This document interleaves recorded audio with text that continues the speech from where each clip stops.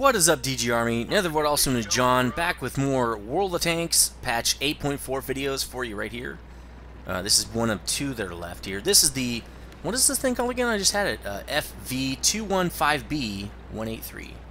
Tier 10 British TD. This is something coming in. Actually, 8.4 was just released today, or, well, now it's yesterday for you guys. So you guys have these live now, but this thing is a beast. I mean, seriously, if you these tier 10 TDs with over 1,000 damage on their shells kind of negate the need for artillery after a while, because you basically have artillery in your TD.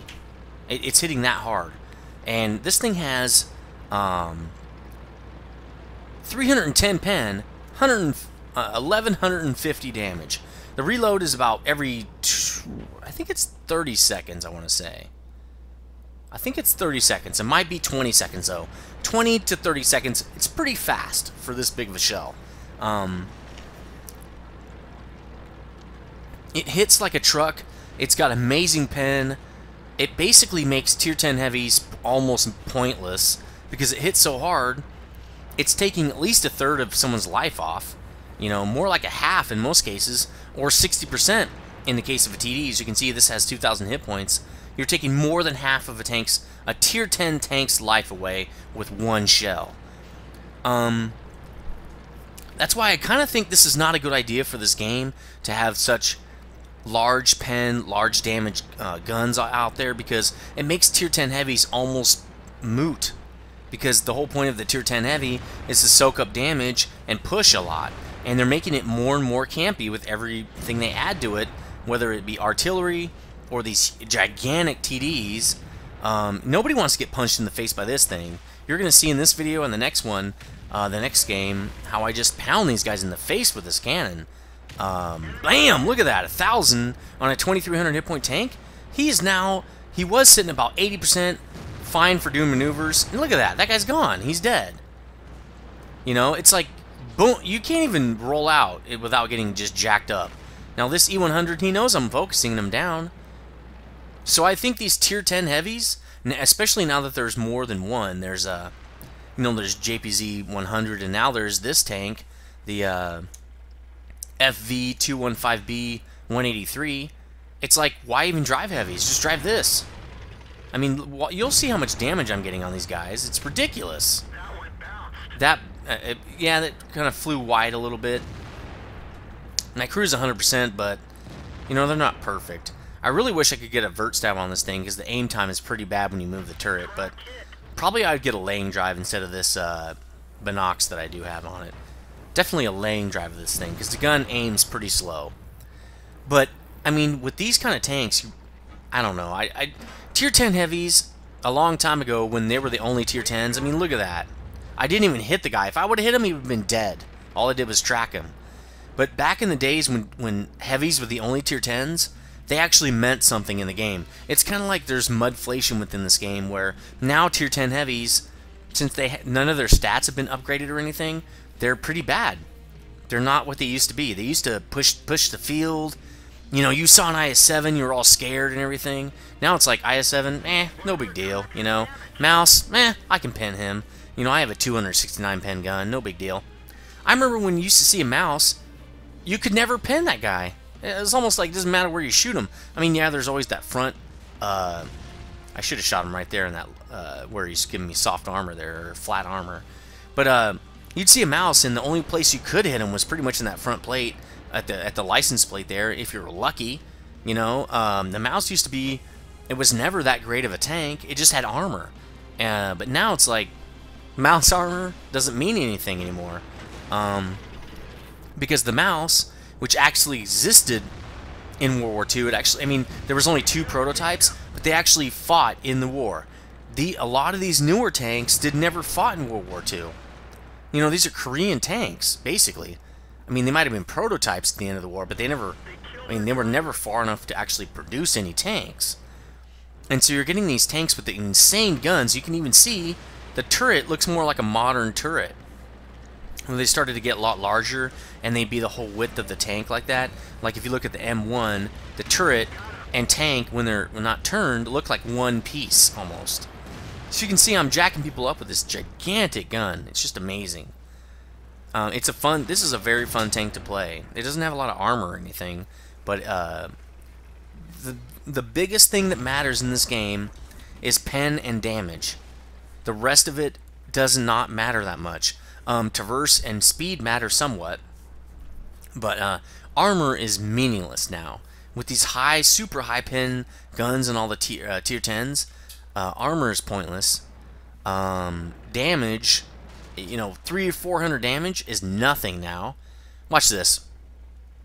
Boom! You're dead. That was only half the damage of my shell. So these tier 10 TDs are, they're changing the game. A lot of the newer tier 10 stuff is changing the game. I don't know if it's for the better. It's definitely mudflation, just a sign of the age of the game, where every time they patch something, it's got to be better than the last thing they did, or people aren't going to want to play it. Like, why would you play a whole new tank line if it's the same as another tank line? What would be the point? Now, if it had totally different characteristics, you might, if it had a different play style, but with the limited amount of... Now, here's where I kind of derp. I should not have shot. See, now I'm not going to reload for a while, and this guy's probably got 6 shells in his clip. Hits my ammo rack, so now I'm never going to reload. I did repair it, but it's not going to matter. I'm at one shot from death. He just has to pin me one time. There we go. Let's get another game.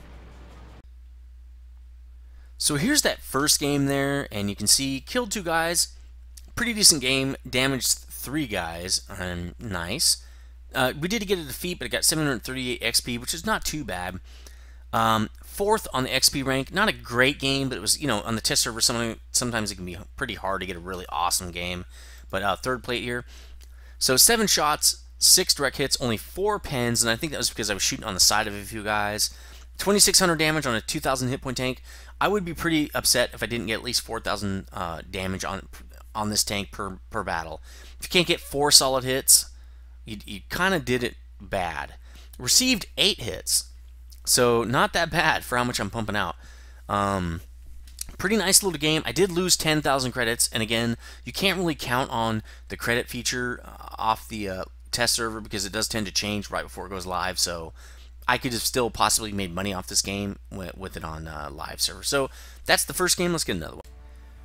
So this is the second game I had that was good enough to record anyway. Always on the test server. There's a few games that are just pointless to record, especially since I'm kind of getting used to the new tanks and stuff, and not every game I play is going to be really great. On Ensk here in encounter mode. So anyway, yeah, these tier 10 tanks are changing the game completely.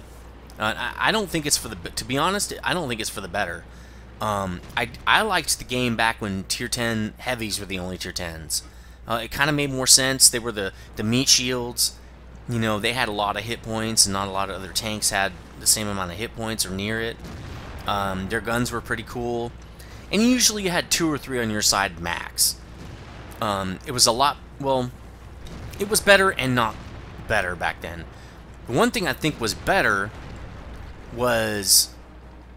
every tank you saw wasn't like gigantic amount of pen. See, look at that.